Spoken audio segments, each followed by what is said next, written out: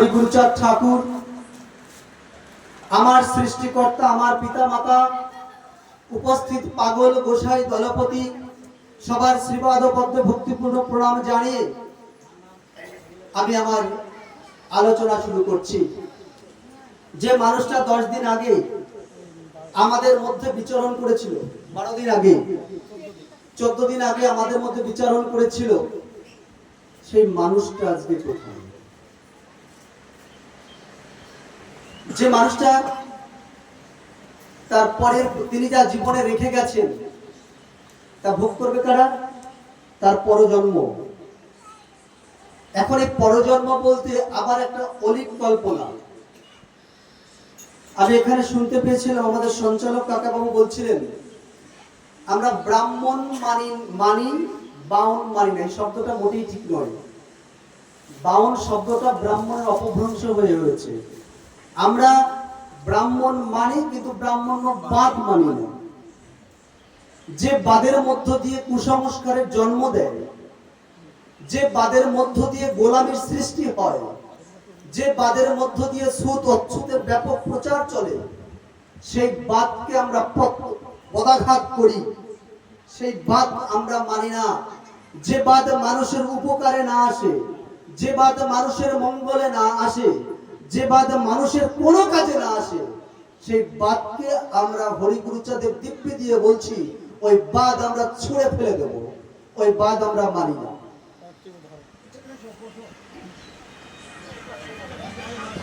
তো আমরা ব্রাহ্মণ মানি, ব্রাহ্মণ্যবাদ মানি না। ব্রহ্মশক্তি বিষয়টা আলোচনা অন্য জায়গায়, যদিও আমাকে আজকে নির্ধারণ করে দেওয়া হয়েছে আলোচনা, তাই আমি অন্যদিকে যাব না, সরাসরি আলোচনায় চলে যাব।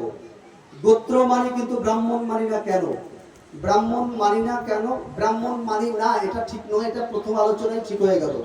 আর গোত্র সম্পর্কে আমার দাদা আলোচনা করেছেন, সেটা আপনারা শুনেছেন, কাজে ওইখানে চর্বিত চর্পণ করার কোনো প্রয়োজন থাকে না। তবে ওইখানে একটু রয়ে গেছে যে শিপিকা শিবিকা, এই শিপিকা এই শব্দটা শুধু ছিল না, তার ঔরস যত যারা, যাই হোক এটুকু সব ঠিক আছে।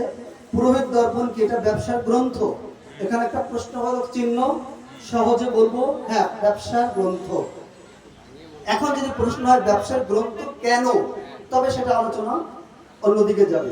তৃতীয়ত হচ্ছে শ্রাদ্ধেতে মস্তক মুন্ডন করা হয় কেন?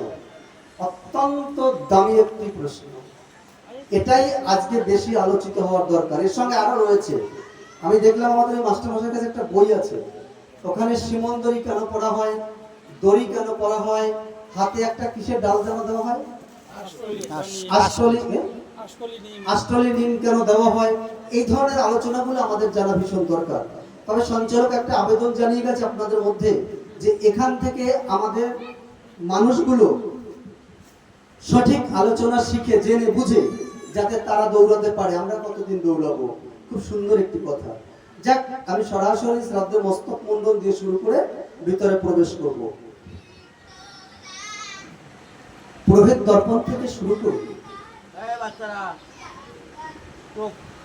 ব্রাহ্মণ্যবাদীয় কিছু গ্রন্থে মস্তক মুন্ডনে তেমন কোনো কিছু পাওয়া যায় না। যেটুকু পাওয়া যায় যে মস্তক মুন্ডন শুধুমাত্র 3 জন মানুষে করবে। এই 3 জন কে কে 3 জনে করবে না? এই 3 জন কে কে? বিদ্বান মাথা মুন্ডন করবে না, স্ত্রী লোক মাথা মুন্ডন করবে না। তবে আরেক জায়গায় পাওয়া গেছে স্ত্রীরাও 4 আঙুল কেটে ফেলে দিতে হবে, ওই উড়িষ্যার ওদিকে এটা এই বিধানটা রয়েছে, তো এটা করবে না।